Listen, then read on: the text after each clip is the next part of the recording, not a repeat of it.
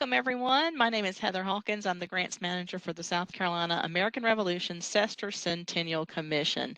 Thank you, thank you, thank you. I want to start with a thank you because if you're watching this, you are been asked and as a nominated to be a grant reviewer for us, and you said yes. So thank you for being involved with this very important anniversary. And it's very important that we want to reclaim South Carolina's story in the Revolution.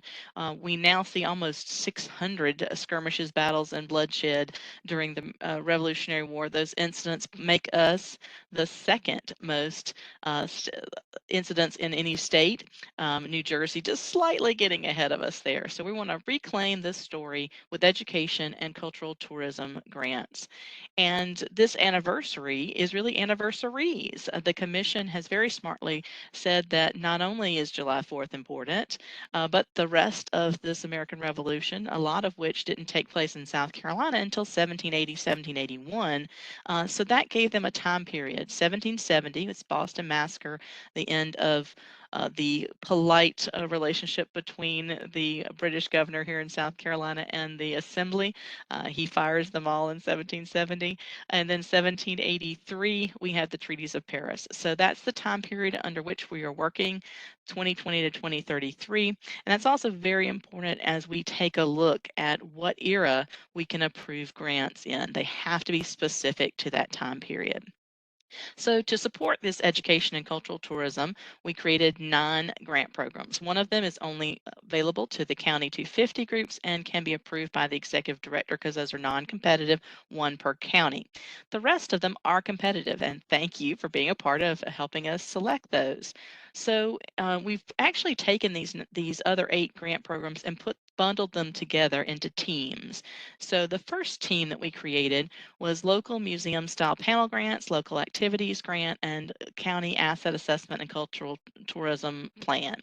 So these are your local activity team grants that you'll be reviewing. If you should have had in your nomination letter should have said which team that you have been assigned to. But if you'd like to change that, or if you only want to work on one grant type, just let me know and communicate that to me, and I'll set it up that way.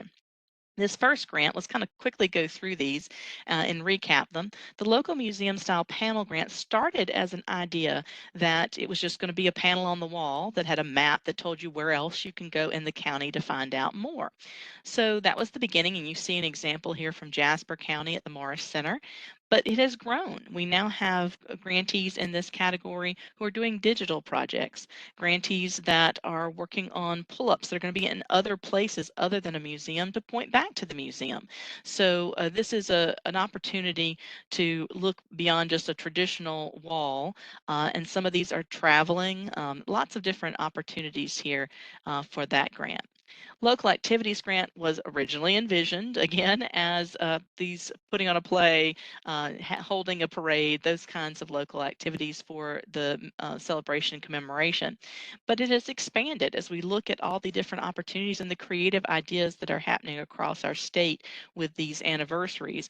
This one an example here is a media campaign with the South Carolina Living magazine, and it was to promote one of the locations becoming a hub for the Liberty Trail. If you haven't heard about Liberty Trail, it's going to be an amazing app that's going to let you plot your course on a road trip, go to all these American Revolution sites, and along the way it'll tell you where the best barbecue is and things like that. So the hub in this in Cherokee County is at CHAPS, and they received a grant to do a media push around that. And the County Asset Assessment and Historic Tourism Plan is the last one in this bundle for this team. Battle of Port Royal Island is an example of some research they're doing in Beaufort County. So one of the counties that's doing this, it is a 50-50 match that would be required. So we provide half of it, they provide half of it, and it is assessing what assets you do have in your county, maybe ones that have not traditionally been talked about, getting the correct data on it, getting all the primary sources, making sure you're in the right place, and then saying, well, how are we going to develop these? How are we going to make these historic tourism locations and promote these locations? So those plans are up to $10,000 and again, competitive. Our next team, where we bundled things together, is obviously goes to quite well together, research and publications.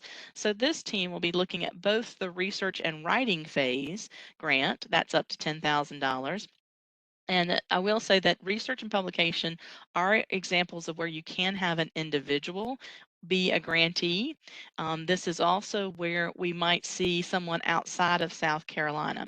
Now, most of our grants, you do have to be in South Carolina to receive them, but this is an example where we might have someone outside of South Carolina writing specifically about the Southern campaigns in South Carolina, or a character from many of our stories, and that person would be a good example of a research grant to an individual outside of state. One of those being the papers of Lord Rowton while he was in South Carolina. Well, we're giving a grant for that. Again, the research and publication side would be different. Publication would be you've written everything, you've researched everything. Now it's time to put this together for the public. And this could include adding maps or illustrations or peer review. And this phase could also have a greater definition. This could be a digital format. This could be a database, a spreadsheet that you're going to have. This could be a white paper. It could be a teacher lesson plan. There are lots of different things that have come, ideas that have come out of the publication grant. We've even have one of our area tourism groups using this grant to help them with their online website that covers all of their counties that are under their umbrella, talking about all those assets and information about the patriots from their area. So there are lots of different ways to take a look at publication grants. Education grants kind of stand alone, so we had them a separate team just for education grants. And these are up to $10,000, competitive, of course. This is one of SC250's primary goals. And an example, we have the South Carolina African American Heritage Commission is working on teacher professional development, and we're partnering with them on that, and to talk about the role of African Americans during the Revolution. And that's been a really interesting conversation as we continue to evolve that. And that's just one example of an education grant. Review teams, site and signage. So this next bundle is both signage and marker grants and site grants. And you'll actually see signage within site grants as part of development phase. We also can see planning phase for site grants. And we'll talk a little bit more about that in a second. So signage and markers, this could be your traditional wayside. It could be directional signs. It could be interpretive signs. It could be historic markers being funded, or repair to historic markers, replacement of missing markers. Those could fall under this umbrella, and these are up to $10,000. And then the site grants, again, planning would be where maybe you're doing some archaeology to make sure you're in the right place. So we typically see some archaeology under planning. Acquisition, self-explanatory. You're acquiring the property, and it's lots of paperwork that goes with that. But that is something that we're looking at, is adding new sites onto the cultural tourism path in South Carolina. Development, that could be a whole lot of things. Obviously, that could be your interpretive signs, that could be your pull-offs and your safe parking and things like that. But it also could be actually having your docents trained. So we gave a site grant to Berkeley County, working with Fort Fairlawn, and they have used it to help train their docents and write a training plan and package, and looking at how they can put that online as well. So that's just an example of development. Renovation is the picture we have here. This is, of course, Breach Inlet. They're on Sullivan's Island, and it needed a little upgrade. We try to keep it from being just deferred maintenance, set some added value to the site. So they're working on some new interpretation and updates, in addition to just having it look a little more appealing and getting people excited about stopping, pulling off the road right there before they cross the bridge into Isle of Palms. So this is a great example of renovation project. This one is an 80-20 match. And I will say, as we talk about matches, the commission is very interested in seeing matches beyond their capacity of what they already are doing. So even though it's not required, if we can see partnerships, if we can see greater match, that's very important to the commission. So what do we need to do before you get to reviewing these wonderful grants? Well, we will participate in an orientation session or watching the recording like you're doing right now. So check. Number two, review our grant guidelines, evaluation criteria, and scoring matrix. You will have sent to you, if you have not received it, let me know, a packet that will include the scoring matrix for each question that you'll have to give a number to. And it'll be similar to what you're seeing here. This is the timeline one. If they don't include a timeline, they get a 0. But maybe they have benchmarks that are included, but limited information, or they don't seem very reasonable. Maybe they're too far out or too quickly to get them done. You don't think it's reasonable. Then all the way to excellent, the benchmarks are clearly defined, achievable. They do not start earlier than the award date or the award month that we have listed, and they fit within no more than a 24-month parameter. I love to have them done within a year. We start there, but we can extend up to 24-month parameter based on their request. So, and of course, there are ways to do extensions, but we encourage them to start with a basic timeline that fits that. So with that in mind, that's how you would rank 0 to 5, the timeline scoring that you'll do as part of the review. And there'll be several questions, and there'll be a matrix for each one that you'll receive in that packet. The third thing to do is to register on web grants. We're about to go do a demo. This is online. Thank you, PRT. They've allowed us to work within their web grants program. And this is online. Everyone does have to apply online. And it really helps me if you are able to do your review online. With that said, if you try it and you just have trouble doing it online, let me know, and I'll be glad to send you packets that you can look at, and you'll do a scoring on a piece of paper, and then you'll send that, or you can email me back your scores. I will give you an earlier deadline than I give everybody else because I'll need time to insert those into the computer to have that composite score ready for our due diligence phase. So just let me know, and again, give it a try. I think once you get in the swing of things, you'll be able to do it without a thought. So please go ahead and register, and we'll walk through that in just a moment. And once you do that, I can set you up as a reviewer in the system.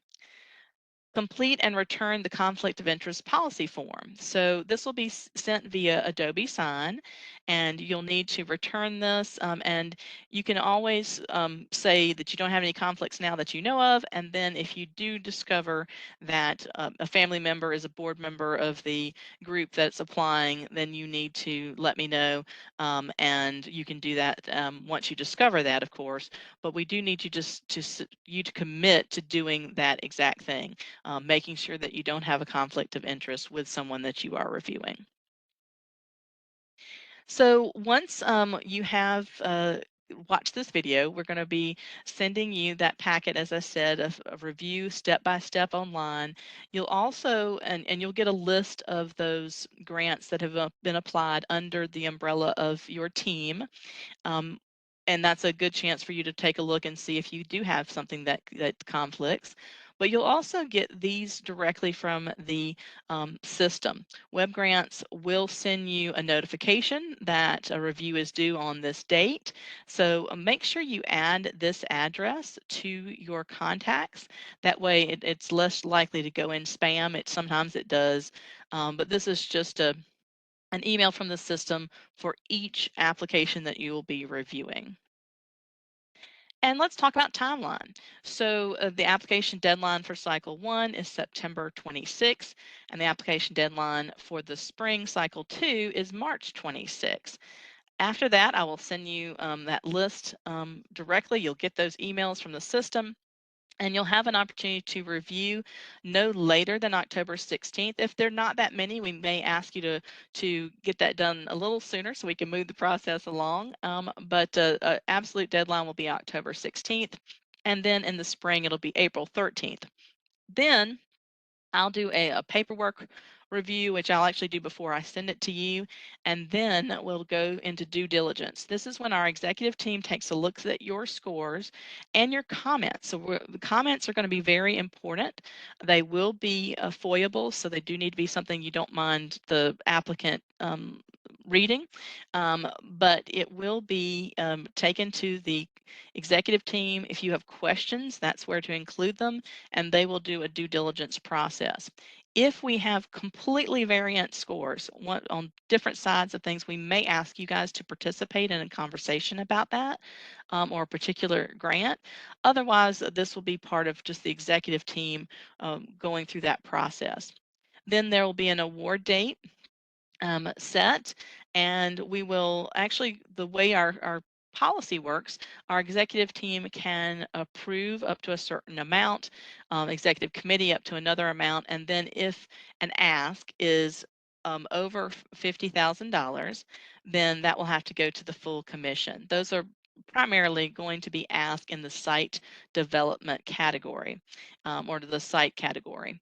But if they are over $50,000, they will have to go to the full commission, which we have those commission meeting dates shown there. So let's talk about the priorities the commission has set. So we want to make sure we're spreading these grants, this funding back into the communities across the state. This is state money, it's people's money. So we want to make sure that we're picking the best projects and they're going everywhere across the state. We want to make sure, because this is the American Revolution Sestercentennial Commission, that we are very specific about American Revolution in South Carolina, 1770 to 1783, as I mentioned earlier. We also want to make sure that they have buy-in from their local County 250 committee. So this doesn't mean that it has to be the County 250 committee who's applying, and we encourage them to get a letter of support from their County 250 committee, but it is not required. We do ask that they loop in their County 250 committee. So we also want to make sure they're demonstrating partnerships and how we're going to make sure that we have a checklist with those partnerships to make sure those partnerships work, making sure that we have matching funds if they are required for that type of grant. And if not required, are they exceeding the required match? That is encouraged. So we love to see that as kind of a bonus to see additional partnerships. Do they have a clear budget and thought out project plans? This is especially for site grants. We're going to need a maintenance plan. We're going to make sure the development is clearly thought out. So that's going to be very important under that category. And also demonstrate impact and longevity. For site grants, we're wanting to put in infrastructure that lasts at least 50 years. We want to, even with a one-time event, we want to ask ourselves, is this something that you can set yourself up to repeat, be an annual event? Is this something that you can create a template for and share it with other communities? So those are two ways to even extend the impact of a one-time event. And we'll be looking for that as we go through the review. So it's demo time. We're going to stop sharing our PowerPoint for a second. And I'm going to share with you, my screen again as we go to the website. Again, all applications must be made through our web grants program that we have with PRT. First, though, let's look at our website, southcarolina250.com. If you have any questions about the requirements of the grant that you're reviewing, you can always come back to these web pages right here. If you click directly on SC250 grants, you actually get some information about planning a project. So this goes into more detail of basically highlighting those priorities that we just talked about. The 24 grant programs, if you click directly on that, gives you an overview of all programs. And if you're looking at a specific grant type, maybe a research grant, you can click directly into research grant. And these are the requirements: who is eligible, how do you apply. You can take a look at this information that the applicant was looking at. You can also click right here to register on Discover SC Web Grants and apply. That takes you to that website that you'll be using. Or you can always just come here and this second drop down also includes a link directly to Discover SC Web Grants program. Let's talk quickly about registration. I'm going to click here to register. And you know how to fill out a form, but do keep in mind program area of interest. You want to make sure that you are selecting SC250 in this category. And this is important because this will send me an alert that you have applied. I do have to confirm your application, and that's very important for me to make sure that you aren't duplicated and maybe you need to be added to an organization that already exists in the system. If you do not have, if you're not representing an organization, you can certainly register as an organization that you are part of. But if you just want to register as an individual, make sure you select individual here. You can copy your information from above. But also, if you do not say individual, say you say nonprofit organization, you will have to provide your EIN number to proceed. So make sure you keep that in mind. And if you need to just do a workaround, you can do individual, copy your information, and I'm not a robot, and then save your registration information. You'll be notified once you have been approved. So I'm already in the system, so this is my external user. I'm going to sign in, and we're going to do a review together. So on your dashboard, mine looks a little bit different because I have other permissions, but on your dashboard, you'll all have my reviews. So you can click there under my reviews, and I have one waiting for us.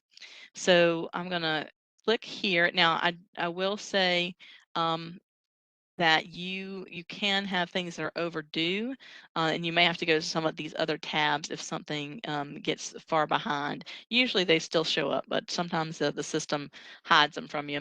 But usually they'll be right here under applications to be reviewed.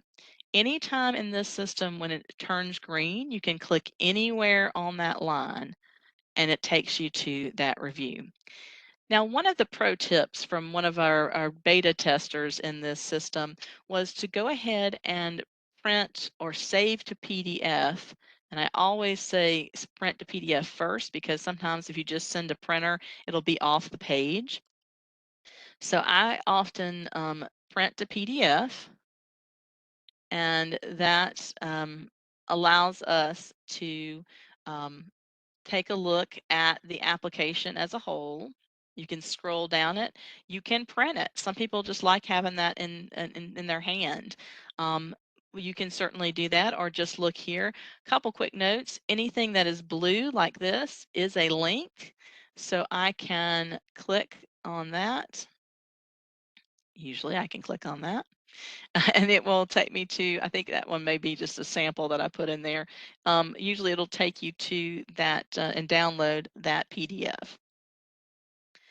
Now, you'll notice that this is actually the end of the application, but below that these are the attachments that I was trying to click on.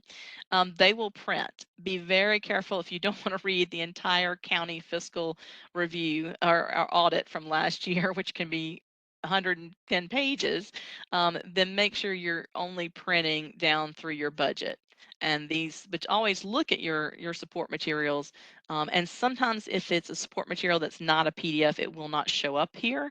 But if it is a PDF, it will show up and will print. So keep that in mind if you are interested in printing.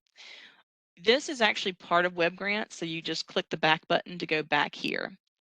So now that I have looked at the whole review, I've looked at the whole application, over here on this side, I'm going to click on Review with Scoring. And that takes me into where I answered the questions. As I mentioned earlier, there will be a matrix that kind of helps you decide how to score these. I like for project summary to do two things. I like to scroll down to this is the cover sheet, and then when we get to the narrative right here. So most of these fall within the narrative. Project summary is right here. So I just put some little placeholders, but the answer would be there. You're seeing their instructions as well on here. And you're going to look at both project summary and Revolutionary Era in South Carolina. Does it pertain to this era that we've been talking about. You're looking at those two answers to officially look at this answer here for you. Um, Also keep in mind, I like to do the whole thing and then come back to this one because this is basically your overall view on this application. You can do a couple things. You can switch positions, so put the review on that side. You can also start scroll, and what this allows you to do is it moves this down as you scroll down the application. You can look at both sides of the screen there a little more easily. And sometimes, though, I like to stop it because it gets a little disorienting. Let's take a look at our next. I'm going to stop the scroll and I'm going to roll down. This next section is about project details. And there's a lot of information listed here. Look for points to consider for the grant type that you are reviewing. So if you're reviewing a museum panel grant, then look at these points. Location of panel. Did they have a signed memorandum of understanding with the owner of the of that location? Collecting and writing panel materials, design of panel, production of panel. These are things that they need to describe at least the process. They don't have to be completed, but they need to describe the process they're going through to get all those done. And so those are points to consider as you're reviewing their execution of plan answer. Um, if you ever question which type of grant you're in, you can scroll back to the top and funding opportunity will tell you on the application which one you're in. So for the example, this one's a site grant. So if I go back to my site grants, so you'll see there are also different types of site grants. So if this was a planning phase, site location, verification of archaeology, or maybe that's what they're requesting. Why do they think it's in this place and they want to do the archaeology? Engineering studies and site drawings may be something that they're looking to do or have done. And talking about the manual for development and starting that planning phase. So those are things that could be part of their answer. And you'll see that this one is actually in the planning phase, and it will see there are lots of instructions, and then here's your answer. So the execution of plan is actually right here. You also want to look at scholars and peer review when you're answering the execution of plan answer on your scoring. So the next one to answer, so here's where you would put that score on those two answers. And the next one you're going to look at is timeline. Now, because of the type of in the way you input the timeline into the system, it's actually had to be in a separate section. So it's below the written answers of the narrative. So you'll find planning and timetable right here. And so this one doesn't have any data, so it would get a 0. So this is where you would see a benchmark, a description, and the date they expect to have that completed. And again, it can't be a time that is earlier than when we're going to do the award announcements, and it shouldn't be more than 2 years unless they have a clear explanation of why they're doing that. Promotion. So the promotion answer is basically how are you going to market this? Are you going to cite SC250 in all your materials, that you produce? And how are you going to promote this cultural tourism or education asset? Then there's budget, seems reasonable. So budget is another one you'll have to scroll to find on your application. I'm going to scroll all the way to the bottom. Again, it's the way it's put into the system, so it has to be in a separate form. So it is way down at the bottom. It'll be the last thing. And there'll be categories. So this one happens to be other. Ooh, I'm spending a lot of money in other on this one. But there are different categories such as personnel and materials, acquisition, if that's part of it, would all be listed here under the category, and then a description in supplies, equipment, contractual, acquisition, other expenses. And here's where you would find the cost share matching funds breakdown. And then there's a summary at the bottom where you'll see each category, the total ask, so this is what they're asking for in the grant, the total match amount, and then the percentage of match. And those, again, for required grants, those would be showing up here for making sure those required match, I should say, for a grant. So does it seem reasonable? Do you think that would get it done? Is it too much? Is it a huge ask and out of proportion? How you feel about that will be where you answer that right there. Now, then the next category, because all those things are kind of planning things, even though they're not necessarily in order on the answer on the application, they're all kind of under the planning answer. This now we're into impact. And this is very important because I am going to set this to scroll. Again, it's really nice to have, I think those who like the printed version, at least of the application, it's easier to flip back and forth when you're doing that. Let's see, stop scroll. So I can go now and find my deliverables. Okay, so deliverables are under the impact section. And there are two answers in under that. Deliverables, the expected outcome is, and this should be a list of tangible items.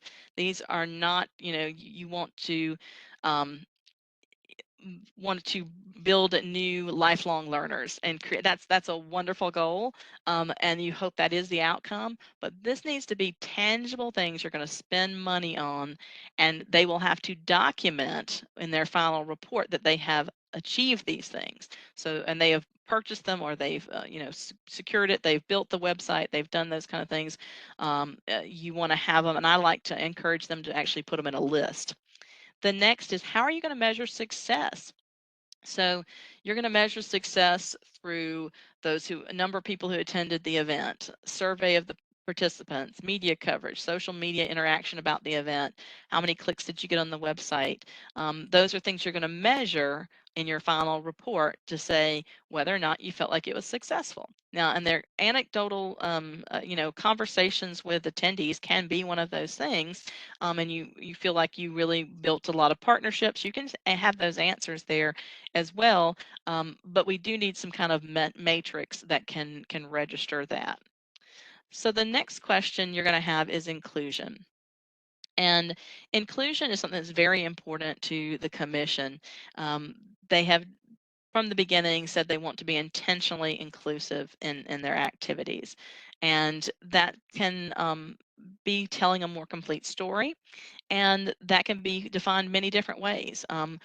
Probably the most important of those is making sure that we are taking everybody on this journey, that this is historically, the historically disenfranchised are represented in projects, African Americans, Native Americans, women, and children. That's one way that people can talk about inclusion. We are also saying that we need to make sure we're telling the Loyalist stories. It was a bloody civil war, so that's kind of the other side. The British and Loyalist stories need to be told. Then remembering that each county, even those without major battles, have their own stories. So if you are shedding light on maybe a more rural part of South Carolina, that's something that can be talked about. Also, reaching out to all communities. So some of these projects will not have an African American and Native American as part of the research on a particular militia leader. May not have a lot to say about that, but was the team that worked on it dedicated to, diverse in itself? Did you bring lots of people together to do peer review? Did you have someone with African American history background maybe read the project? So those are ways that you can talk about including everyone in the conversation and the commemoration for all Americans. So that's the inclusion question. The next is participation and access. It's public money. We need to have public access. This could be that you have a charge for an event, but we want to make sure that at least the charge was lessened because of public support, so it makes it more accessible. So that is your participation and access. Engagement. How are we engaging non-historians, particularly with takeaways, digital materials, QR codes, activities, conversations that around it. If you're going to have a new display, maybe you have someone come in and do a lecture, or maybe you make 3D models of some of the items to take to the schools. There are different ways you can look at engagement. And then this one has is really important: longevity and lasting impact. As we said, we really are trying to build 50-year infrastructure, and these are the things that we say to them. These are, again, their instructions. How do you see the state funding have a lasting impact on historic tourism, education, and/or engagement in your community? Particularly if a site project, does the investment have the potential for a 50-year lifespan? If a one-time event, could planning be put into place to sustain it annually? Could you create a template for this project to share with other organizations? So that's your longevity answer. And I will say this one could also be more of your overall feel of the impact of this project. So keep that in mind when you're putting a number to that one. And then the bonus points come from partnerships. And we're really looking more and more at this. So partnerships would be where and accountability of those partners for what they're bringing. What are they bringing to the table? Not just listing them, but what are they bringing to the table? So let me go back and um, scroll down. So we just talked about several of these. These are project deliverables. Again, that does include their measurement of success, sharing the voice, telling a more complete story of the traditionally disenfranchised, public access, engagement plan, and then longevity. You see longevity has a lot of points here. So again, that could be more of an overall approach, bonus points for your public partnerships. Then comments. As I mentioned earlier, this is a great place to do kind of that sandwich your teachers tell you about. You're going to say something, positive about their application. You can say something that maybe could have been improved. That's certainly the way you can approach this. You don't have a ton of space here, so it's fine to say no comments as well, or no questions. If you do have questions, please include those. But again, this is foiable. The applicant can ask to see these. Normally, they would be shared without, of course, any context of who said them, just listed as comments that came from the panel. And then you will save, and I'm going to have to go in and do a quick markup here of my review. I'm just going to give them all the points. Whew, just love this application. It's so good. we're gonna go ahead and mark these up so it'll let me save it, and I'll show you how you submit it. So in this system, you do have to save something, and then you also have to submit it. Give me just a second here.